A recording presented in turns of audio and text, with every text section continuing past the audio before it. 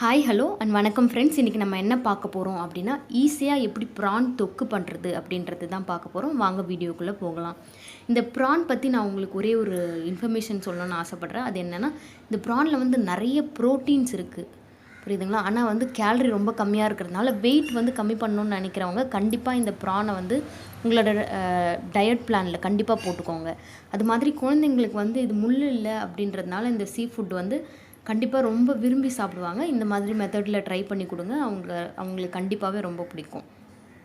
இந்த ப்ரான் தொக்கு செய்கிறதுக்கு 2 மீடியம் சைஸ் வெங்காயம் எடுத்துக்கோங்க, 3 பெரிய தக்காளி, 2 பச்சை மிளகா, ஒரு 300 கிராம்ஸ் ப்ரான் இன்றைக்கி எடுத்துருக்கேன். உங்களுக்கு இஞ்சி பூண்டு பேஸ்ட் வேணும்னா அதை நீங்கள் யூஸ் பண்ணிக்கோங்க.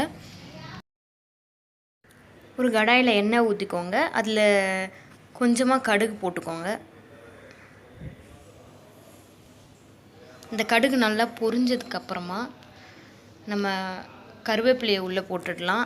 போட்டுட்டு பச்சை மிளகா, அந்த 2 பச்சை மிளகாவை கட் பண்ணி போட்டுடுங்க.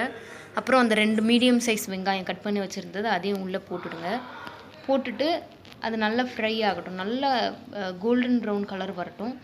அது வர வரைக்கும் நல்லா ஃப்ரை பண்ணிக்கோங்க.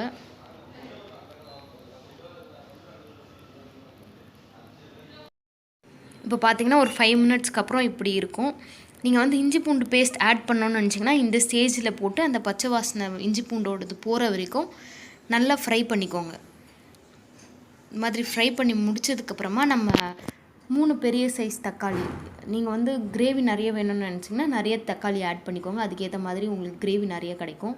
கம்மியாக வேணும்னா கம்மியாக போட்டுக்கோங்க. நான் இன்றைக்கி வந்து 3 பெரிய சைஸ் தக்காளி போட்டிருக்கேன்.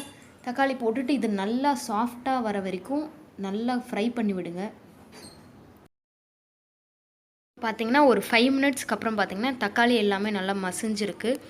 இந்த ஸ்டேஜில் நம்ம என்ன பண்ண போகிறோம் அப்படின்னா, நம்ம 300 கிராம்ஸ் ப்ரான் வந்து நல்லா க்ளீன் பண்ணி வச்சுருக்கோம். அந்த க்ளீன் பண்ண ப்ரான்ஸை இதுக்குள்ளே நம்ம சேர்த்துடலாம்.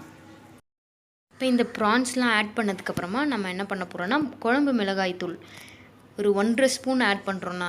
நான் போட்ட தக்காளிக்கு ஏற்ற மாதிரி நான் இப்போ 1.5 ஸ்பூன் வந்து 3 பெரிய தக்காளிக்கு நான் இப்போ போட்டிருக்கேன். அதுக்கப்புறமா கல்லுப்பு இல்லை தூளுப்பு எது வேணுமோ போட்டுக்கோங்க. அப்புறமா மஞ்சள் தூள், இவ்வளோதாங்க. இந்த இன்க்ரீடியன்ட்ஸ் வந்து இவ்வளோதான், முடிச்சாச்சு. இப்போ என்ன பண்ணுங்கள், இதை வந்து ரொம்ப ஹை ஸ்பீடில் மட்டும் வச்சு குக் பண்ணிங்கன்னா இந்த ப்ரான்ஸ் வந்து ரொம்ப ஹெவியாக குக் ஆகிட்டு நல்லாவே இருக்காது. அதனால் என்ன பண்ணுங்கள், மீடியம் ஃப்ளேம்லேயே வச்சுக்கோங்க. வந்து உங்களுக்கு ட்ரையாக வேணும் இந்த ப்ரான்ஸ் அப்படின்னு நினச்சிங்கன்னா இப்படியே வச்சு குக் பண்ணிக்கோங்க. நான் இன்றைக்கி வந்து ரைஸ்க்கு போட்டு சாப்பிட்றதுனால கொஞ்சமாக வந்து வாட்டர் ஆட் பண்ண போகிறேன். நீங்கள் என்ன பண்ணுங்கள், ரொம்ப நிறைய தண்ணி ஆட் பண்ணிட்டிங்கன்னா அது நல்லா இருக்காது டேஸ்ட்டு.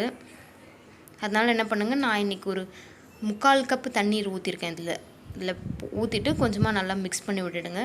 மிக்ஸ் பண்ணி இதை வந்து ஒரு 10 to 12 மினிட்ஸ் வந்து மீடியம் ஃப்ளேமில் வச்சு க்ளோஸ் பண்ணி குக் பண்ணிங்கன்னா இந்த மாதிரி ஸ்டேஜுக்கு வந்துடும். நீங்கள் எண்ணெய் வந்து நான் இன்றைக்கி லிமிட்டாக தான் ஊற்றிருக்கேன். உங்களுக்கு எக்ஸ்ட்ராவாக எண்ணெய் வேணும்னா ஆட் பண்ணிக்கோங்க, அப்போ தான் கொஞ்சம் கிளாஸியாக வரும்.